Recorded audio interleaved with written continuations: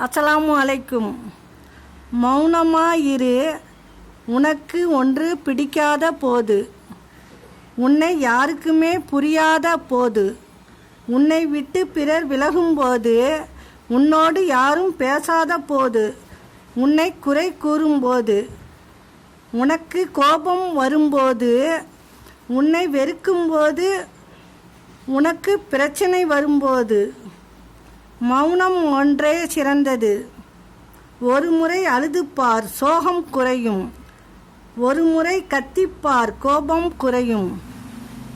ஒரு முறை சிரித்துப்பார், பாரம் குறையும். ஒரு முறை விலகிப்பார், நேசம் புரியும்.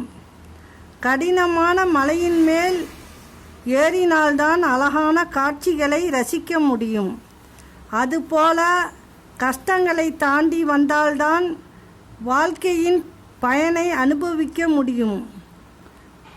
வாழ்க்கையை வெறுப்பதற்கு 1000 காரணம் இருந்தாலும் வாழ்க்கையை வாழ ஒரே காரணம்தான். நாளை எல்லாம் சரியாகிவிடும் என்ற நம்பிக்கை மட்டுமே. அஸ்ஸலாமு அலைக்கும்.